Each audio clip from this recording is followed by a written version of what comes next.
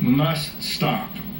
Furthering this goal today, we are here to announce some steps being taken and underway by the National Insider Threat Task Force to ensure the government's first priority to protect this country and her citizens is not undermined by the very people who've been entrusted to protect it. While the Department of Justice does not discuss ongoing investigations or confirm specific matters, it is important for the American people and those who might be thinking about leaking classified or sensitive information to know that criminals who would illegally use their access to our most sensitive information to endanger our national security are in fact being investigated and will be prosecuted. Since January, the department has more than tripled the number of active leak investigations compared to the number pending at the end of the last administration. And we've already charged 4 people with unlawfully disclosing classified material or with concealing contacts with federal officers. Soon after I arrived here in February, I initiated a review of our leak investigations and prosecutions. I reviewed how these cases were being referred and handled and was concerned with what I found. Too few referrals, too few investigations with the sufficient resources dedicated to them. I concluded the unprecedented rise about to start a witch hunt for real. Of additional support for more investigations. Try to find out who and to telling. speed up existing investigations. On them. Our system here relies on the intelligence From the inside. making a determination of whether These some funny classified motherfuckers. material has been improperly handled or released, and then sending referrals to us at the Department of Justice. This means it's vital for the intelligence community to know that the Department of Justice is committed to investigating and prosecuting these referrals. He bluffing. And when few investigations take place, criminal leaks may occur more often, and a culture of leaking can take hold. So today, He bluffing. I have this message for our friends in the intelligence community. The Department of Justice is open for business, and I have this warning for would-be leakers: don't do it.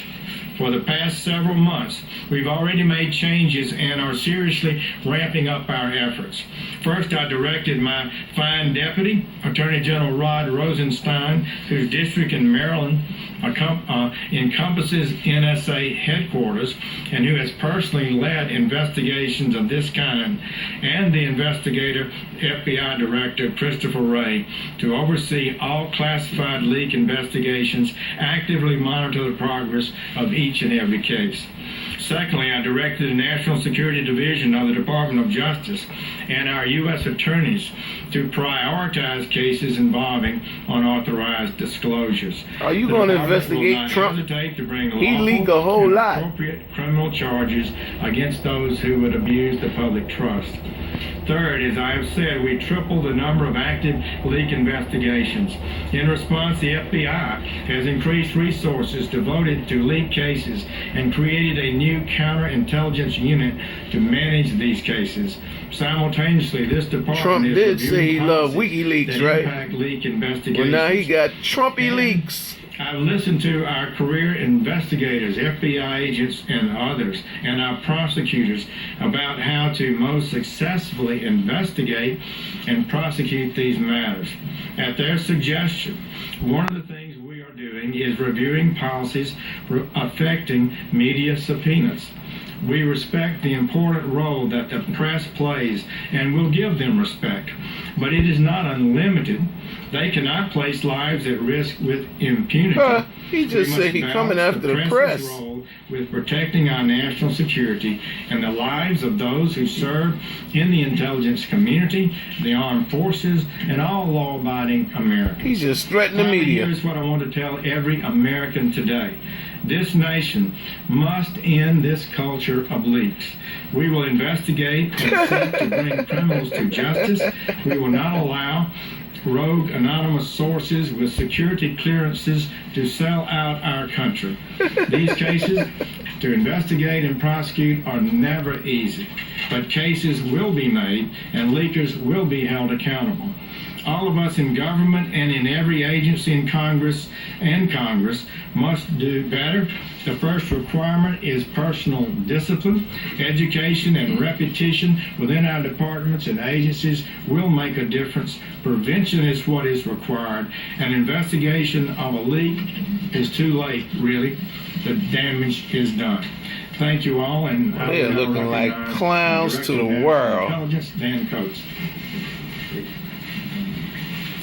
Good morning, Mr. Attorney General. Thank you very much for your leadership and inviting me to join you here today and working with you on the task force.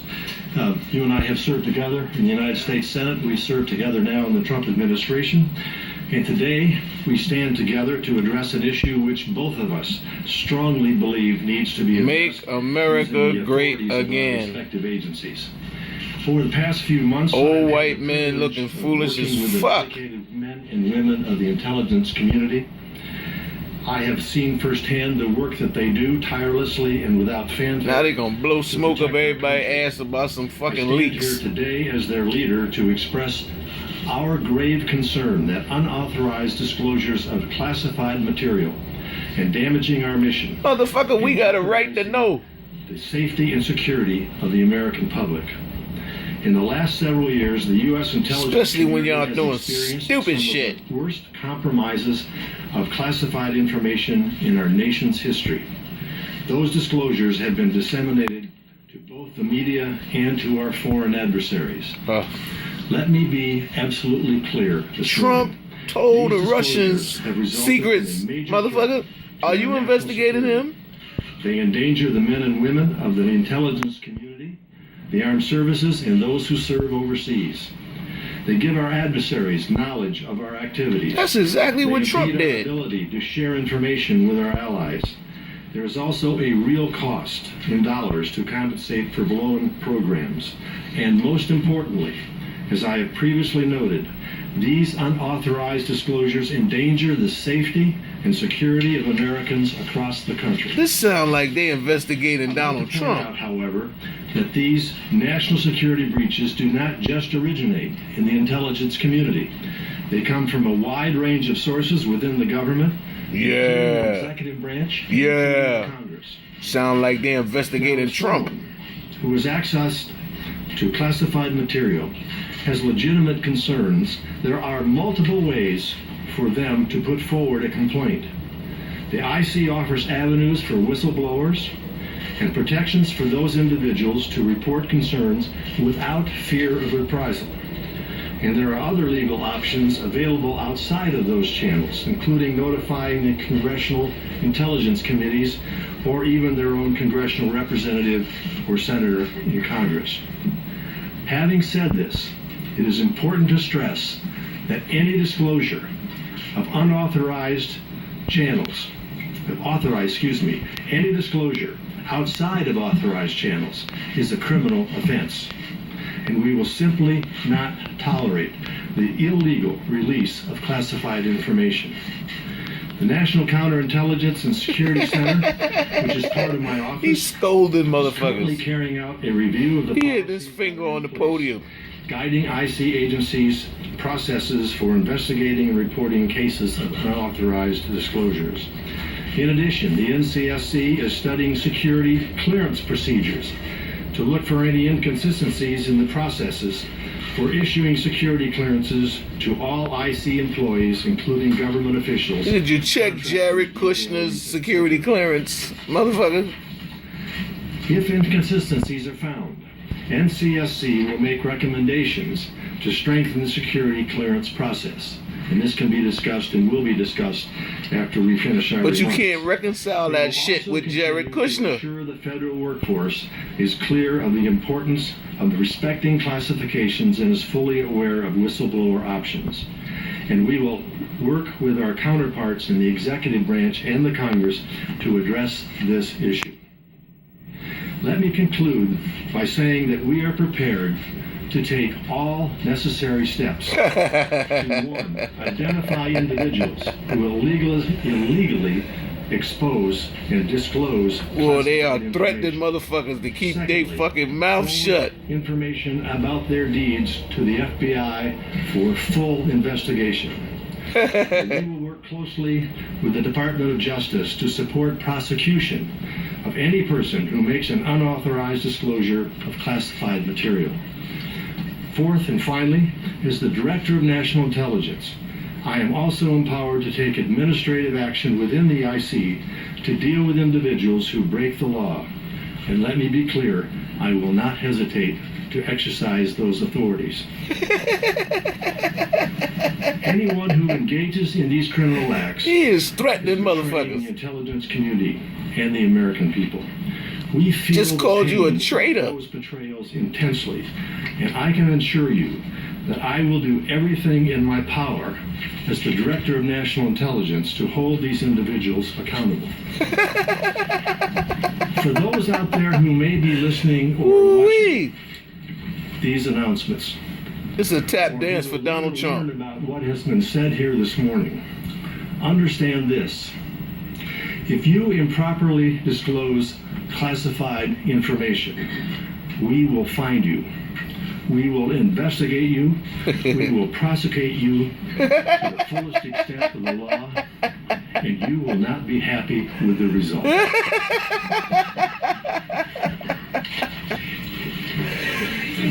Toothless tiger ass motherfucker.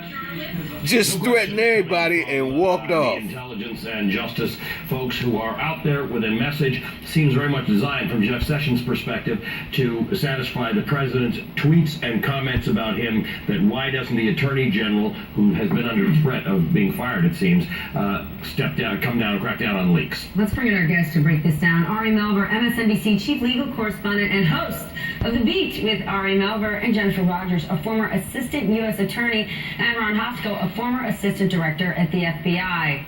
Ron, let me just ask you this. There are two kinds of leaks, right? There are the kind that are national security, dangerous things that tell you where spies are and who they are and stuff like that. And then there are the leaks that tell us that President Trump was dishonest about the conversation that he had with the Mexican president. The kind that say that he was dishonest about the conversation with the with the Australian prime minister. The kind that say that he gave Israeli gleaned intelligence to the Russians in a private meeting. The kind that say Michael Flynn had undisclosed meetings with the Russians. The kind that attorney general who was just on our screen met several times with Sergei Kislyak after testifying to Congress that he hadn't done so. Those aren't leaks. Those are people in government with information that they want the American people to know that their government is being dishonest with. That's right. I call them whistleblowers. Well, that's true. And you know, I think the ultimate check and balance on this is what cases are brought by what sounds like a reinvigorated Department of Justice and FBI and intelligence community. What cases are brought, what are those charges, and what is a federal judge to do in the face of those charges if they are proven? What do the sentences look like? This can be an impactful reinvigoration of the leak investigative process and prosecution of leakers. But what does that look like ultimately to a federal judge? And then in the court of public opinion about the seriousness of those leaks. There has been very serious leaking in Washington, D.C. on a range of topics. Some of this, you know, incredibly sensitive and damaging. Think Snowden, think Bradley Manning. But we're not looking, this is not a time of Snowden or We haven't had one of those in a while, and the last administration He trying to blow fiercely, smoke. Critical of those types of leaks. And Jennifer, when you think about what's enraging the president here, it's much more palace intrigue type of things. I mean, yesterday, let's be honest, the information that was leaked about the phone calls with Peña Nieto and the Prime Minister of Australia, they didn't tell us anything except that was Trump being Trump. But what they did do is really launch this mistrust against the media. It really distracted or changed the conversation, which the White House wants to do. Change the conversation into a new investigation and away from the investigation around President Trump around the Russian hacking. There you That's go. true. There's certainly some truth to that. Although, in fairness, Trump has been on this leak, anti anti-leak campaign for a while now, long before yesterday's disclosures. I do think, though, that there's something to be said for letting Mueller Of course do he his been job. on it. You know, there are a lot of He been things coming exposing out his during, ass. He don't want things that. have been leaked to the media. On the other hand, Mueller's on it. He has a team of people. He is investigating all of this. He can do this in a way that actually is, in the end, I think, going to be much more useful to the American people than leaks that might actually end up damaging his investigation. But Mueller's not on the transcripts we got yesterday about the conversations with Mexico and Australia, about which the administration has been dishonest with the American people. Mueller's not on the conversation that happened where the intelligence from the Israelis were given. You guys are all lawyers and law enforcement people. You all seem to be in favor of what's happening here. I think the American people are being lied to. And isn't whistleblowing... That's right, Ali when Velci. subordinates know that the people they work for Are doing something dishonest. misleading the public, are lying, and that's the kind of leaking that we're hearing about. Well, watching the press conference, I would say Jeff Sessions broke some news in 3 ways. Number one, he said the Trump administration may change Justice Department policy on forcing journalists to testify under threat of going to jail. Other administrations have used that power, but very sparingly. Everything we know and everything we just heard would suggest they would be looking at using that power less sparingly. So headline number one, Jeff Sessions is telling a room full of reporters, without taking questions, by the way, as you pointed out, that he may use more federal power to threaten them with jail time if That's they right. reveal their sources, which most credentialed reporters look at as a red line, to use a term of art we've been hearing a lot lately. We saw that in Valerie Plame. That's, as I say, occurred occasionally and sparingly. He seems to be suggesting going further. That's headline number one. Headline number two, Jeff Sessions is saying that in the past 6 months, the Trump era, they've had as many referrals about leaks of classified information as in the prior 3 years. That is a claim that can be interpreted one of 2 ways. Number one, there is way more illegal leaking going on. That's clearly what the Trump DOJ thinks. Or number two, we live in a Trump administration culture where every single leak, even ones that may be relatively authorized or may not involve the illegal dissemination of classified material, because most speaking to the media is not even in the ballpark of illegal because it's not classified, that is just being pumped up more with more referrals and requests. And number three, and this is a biggie, Jeff Sessions, who says, well, they're not going to discuss individual cases, which is the former U.S. Attorney knows is pretty standard. Jeff Sessions saying they have 3 times as many criminal leak inquiries going right now as the previous administration had when they left. So there is the Trump White House and all of the intrigue and all of the people and all the revolving door, and then there's the agencies. DOJ is an agency where Jeff Sessions is clearly telling everyone, we're getting a lot of work done and we're doing a lot of cases and we're going after, as he puts it, leakers and potentially subpoenaing reporters. A lot of headlines coming out of that. There was a 4th piece of news. Jeff Sessions made the president very happy today. And a 5th piece of news, actually, if I may, Dan Coates said that they're going to look carefully at the procedures for security clearances, which, you know, who knows what they may do with that, but I'm a little troubled by the notion of changing procedures to condense and consolidate the number of people with access to classified information. Just anytime you're looking at administration with giving fewer and fewer and fewer people access to the important information, I think you have a consolidation of power that's troubling. And to that point, Ron Hosko, it is widely believed in the intelligence community and the legal community that the United States overclassifies information. There's all sorts of stuff that is classified. I'll just give you a perfect example. Ali Soufan, who we have here all the time, you know Ali well. Ali Soufan wrote a book that contained material that he testified about publicly in Congress, and the CIA redacted it from his published books. In other words, I can Google what he said, but it couldn't be published in a book. Most Americans, if they knew this, would say, that's ridiculous. Well, I don't disagree with that. I think there is a broad overclassification challenge faced across government, that those procedures and policies ought to be reviewed and very likely revised. I think we do, overclassify exponentially.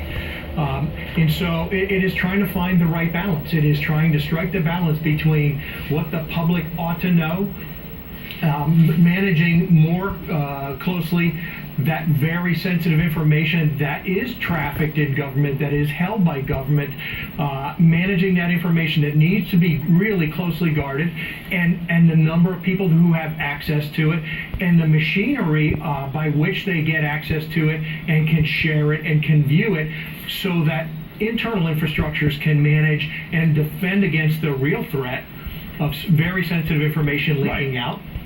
And striking the right balance with the media, who does have a right to know, wants to know.